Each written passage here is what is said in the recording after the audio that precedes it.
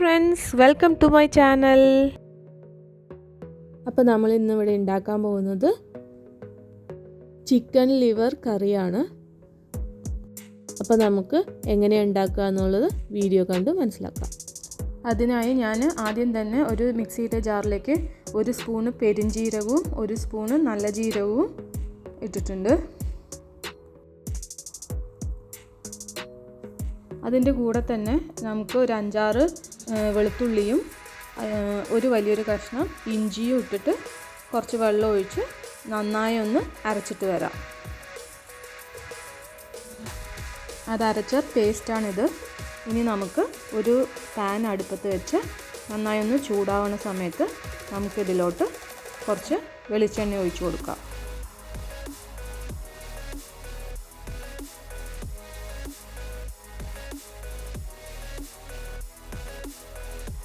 ഞാനിവിടെ 4 സ്പൂണ് വെളിച്ചെണ്ണയാണ് ഒഴിച്ചു കൊടുത്തിരിക്കുന്നത്.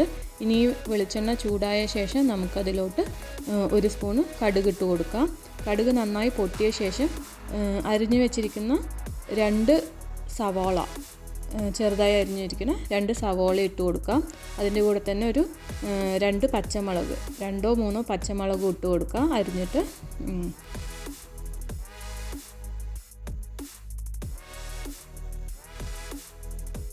ഇനി നമുക്ക് ഇതിലോട്ട് കുറച്ച് ഉപ്പിട്ട് കൊടുക്കാം. അതെന്തിനാണെന്ന് വെച്ചാൽ വേഗം ഇതൊന്ന് സോട്ട് ചെയ്ത് കിട്ടാനാണ്.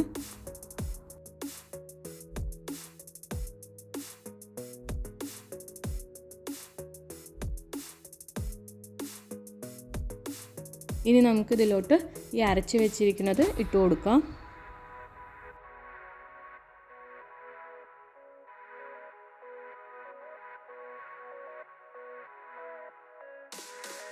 ഇനി ഇതിലോട്ട് 2 തക്കാളി അരിഞ്ഞത് ഇട്ട് കൊടുക്കാം.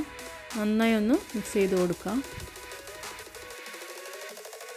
ഇനി നമുക്ക് പൊടികൾ ഇട്ട് കൊടുക്കാം. 1/2 സ്പൂണ് മഞ്ഞൾപ്പൊടി, 1 സ്പൂണ് മല്ലിപ്പൊടി, അതുപോലെ തന്നെ 1 സ്പൂണ് മുളക് പൊടി ഇട്ടിട്ടുണ്ട്. ഒരു 3/4 സ്പൂണ് ഗരം മസാലയും 1 സ്പൂണ് കുരുമുളക് പൊടിയും ഇട്ടിട്ടുണ്ട്. ഇനി ഇത് നന്നായിട്ടൊന്ന് ഇളക്കി കൊടുക്കാം. ഇതിൻ്റെ പച്ച മണം പോണത് വരെ ഒന്ന് ഇളക്കി കൊടുക്കുക. ഇത് ഇളക്കുന്ന സമയത്ത്, പൊടികൾ ഇട്ട് കൊടുക്കുന്ന സമയത്ത് നമ്മൾ എപ്പോഴും സിമ്മാക്കി വെക്കാൻ ഓർമ്മയുണ്ടാവണം.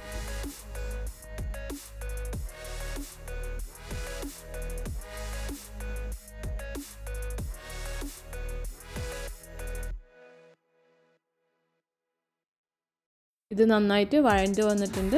ഇതിൻ്റെ പച്ചമണമൊക്കെ പോയിട്ടുണ്ട്. ഇനി നമുക്ക് കഴുകി വെച്ചിരിക്കുന്ന ലിവർ ഇട്ട് കൊടുക്കാം. ഞാനിത് വിനീഗറും ഉപ്പും ഇട്ടിട്ട് നന്നായിട്ട് കഴുകിയെടുത്ത ലിവറാണ്. ഇത് നന്നായി ഇളക്കി ഈ ലിവറൊക്കെ ഒന്ന് ചുരുണ്ട് വരുന്ന വരെ ഒന്ന് നമ്മൾ ഇളക്കി കൊടുക്കാം. ഇതിൻ്റെ വെള്ളമൊക്കെ ഇറങ്ങണ വരെ നമുക്ക് നന്നായി ഒന്ന് ഇളക്കി കൊടുക്കാം.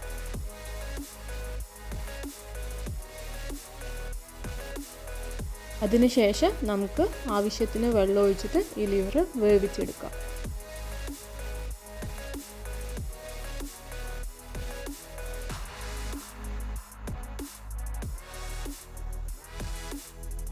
നന്നായി തിളച്ച ശേഷം ഉപ്പ് നോക്കിയ ശേഷം ആവശ്യമുണ്ടെങ്കിൽ നമുക്ക് ഇത്തിരി ഉപ്പിട്ട് കൊടുക്കാം.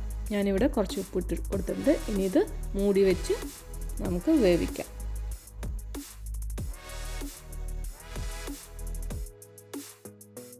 ഇത് ഓപ്പൺ ചെയ്ത് ഇടയ്ക്കിടയ്ക്ക് ഇളക്കി കൊടുക്കുന്നുണ്ട്. ബിക്കോസ് ചിലപ്പോൾ അടി പിടിക്കാൻ സാധ്യതയുണ്ട്, അതുകൊണ്ടാണ്. ഇനി നമുക്ക് എരിവും ഉപ്പൊക്കെ കറക്റ്റ് ആവണമെന്നൊന്നും കൂടി ചെക്ക് ചെയ്യാം. എല്ലാം കറക്റ്റാണ്. ഇനി നമുക്ക് കുറച്ച് കറിവേപ്പില ഇട്ട് കൊടുക്കാം.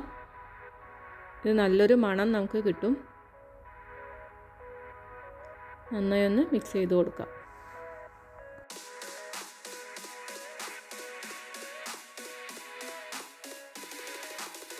ഇനി നമ്മുടെ കറി ഇവിടെ ലാസ്റ്റ് സ്റ്റേജ് ആയിട്ടുണ്ട്. ഇനി നമുക്കിതിലേക്ക് കുറച്ച് കറിവേപ്പില ഇട്ട് കൊടുക്കാം. അതിൻ്റെ കൂടെ തന്നെ ഒരു 2 സ്പൂണ് വെളിച്ചെണ്ണ ഒഴിച്ചു കൊടുക്കാം. എന്നിട്ട് നമുക്ക് ഗ്യാസ് ഓഫ് ചെയ്തിട്ട് നമുക്കിത് നന്നായി ഒന്ന് മൂടി വയ്ക്കാം. ഒരു 5 മിനിറ്റ്സ് കഴിഞ്ഞിട്ട്, ഒരു 5 മിനിറ്റ് കഴിഞ്ഞ ശേഷം നമുക്കിത് തുറന്ന് നോക്കുമ്പോൾ തന്നെ നല്ലൊരു മണം വരും. നമുക്കത് നന്നായി ഒന്ന് ഇളക്കി കൊടുത്ത ശേഷം നമുക്കിത് ചോറിൻ്റെ കൂടെയോ ചപ്പാത്തിൻ്റെ കൂടെയോ ഒക്കെ നമുക്ക് ഇത് യൂസ് ചെയ്യാവുന്നതാണ്. നല്ല ടേസ്റ്റാണിത്. നിങ്ങളെല്ലാവരും ഇതൊന്ന് ഉണ്ടാക്കി നോക്കിയിട്ട് ഇതിൻ്റെ ഫീഡ്ബാക്ക് അറിയിക്കാൻ കമൻറ്റ് ബോക്സിൽ ഫീഡ്ബാക്ക് അറിയിക്കണേ. അതുപോലെ തന്നെ നിങ്ങൾക്കിതെല്ലാം ഈ വീഡിയോ ഇഷ്ടമായ ലൈക്കും സബ്സ്ക്രൈബും ചെയ്യാൻ മറക്കരുത്. Thank you so much. അപ്പോൾ നിങ്ങളെല്ലാവരും ഇത് ഉണ്ടാക്കി നോക്കുമെന്ന് വിചാരിക്കുന്നു. Thank you.